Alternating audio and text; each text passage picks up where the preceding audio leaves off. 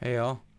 I wanted to do a little devlog slash behind the scenes of how I made this game BurgerBorn. So we'll start off with the 3D models. I used a program called SelfCAD with a premium subscription to that. The ketchup and mustard bottles are basically just a cylinder, a torus, and a cone that I put together. And the bottle part right here and the cap are two separate parts. So if I wanted to in a different game, I could color them separate colors and even separate them. The all the models I've made are made in SelfCAD.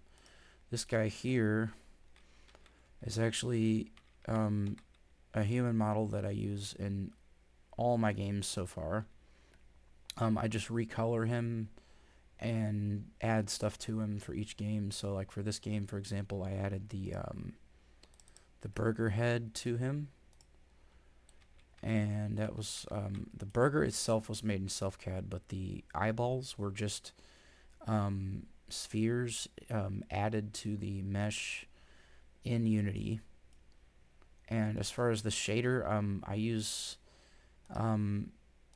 let's see, what are we called again? Toon Pro, I believe. Yeah, Toon Pro Ultimate Stylized Shading. Very awesome shader. So, and then for the menus and stuff, this is basically just really simple shapes. Like for example, the border here to the start button is just called Blockout Frame. It's part of the Blockout set in Game Creator, which is what I use to make all my games.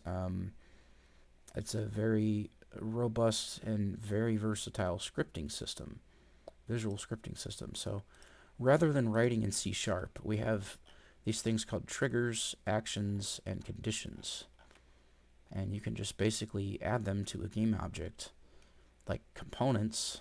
So for example, we have on input button, keyboard press E.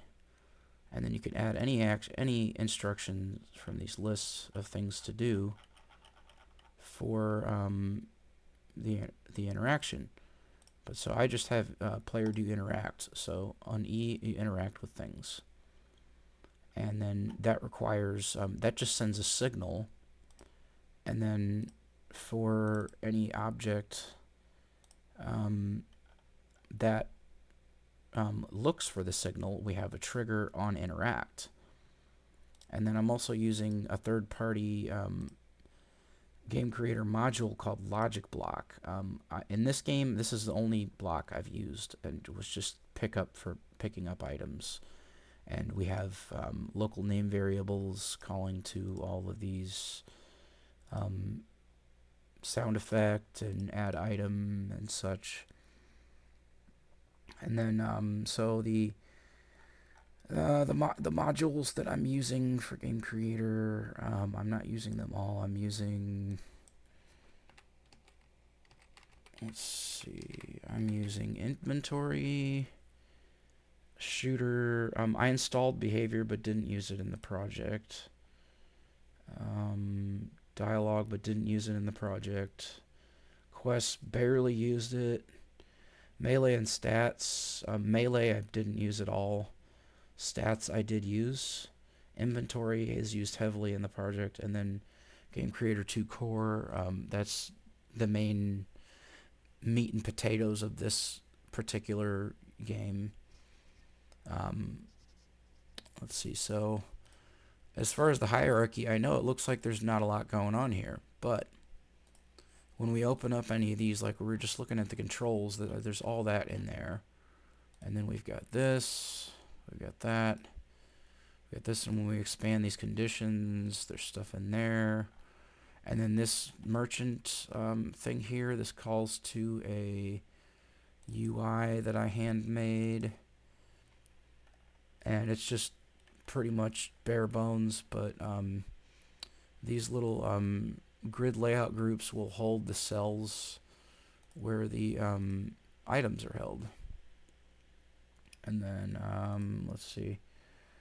The BLT was also made in SelfCAD, but the um, the difference being that this was made for another GameJam game that I made called Breakneck Fast, and this sandwich actually is the center of the story in that game.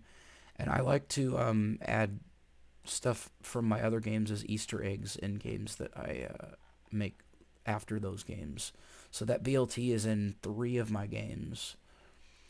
Let's see here. This pickup here. This I did not make this model, but it was in the game creator examples, but I added the Toon Pro shader to it to make it kind of look a little different. And instead of the lighter brown for the rope, I just added red. Give it a nice little, cool, nice little touch. Every menu and things has these on, enable, and disable differently for each one, sort of, but for the most part, they're mostly the same. So we have our camera shots that we change to and from with all this different stuff and time scale. So like we basically pause the game when this stuff is open. Other than that, I mean, we'll have to pop on into the game for you to see all this stuff in action. I mean, it doesn't look like there's a whole lot going on in the game, but... Welcome to BurgerBorn. I'm the evil witch that cast a spell on Greg. He needs to buy a deed to a house in order to break the curse. Yes, and I've also cursed the townspeople to be silly little ketchup bottles and mustard bottles. Okay, you gonna play the game now, what? So all the voice lines in this game, and any voice lines in any of my games, are actually me. And whenever I... let's pop out here real quick and show you how that works. Whenever I make a voice line, I distort the voice with this pitch changer here.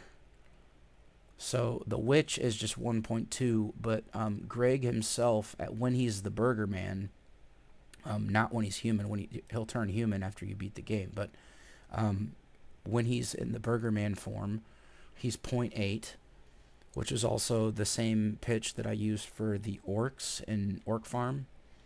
And then the player in Orc Farm is 0.9, but yeah, so we'll pop back in here and see what else we can find to talk about. Welcome to BurgerBorn. Alright, so this shop, I think the hardest part about making this shop was these little cells. Like in Game Creator, they have pre-made stuff basically for all the prefabs for inventory and all that stuff, but I wanted to do it all by hand for the jam. So yeah, these cells were a pain in my butt.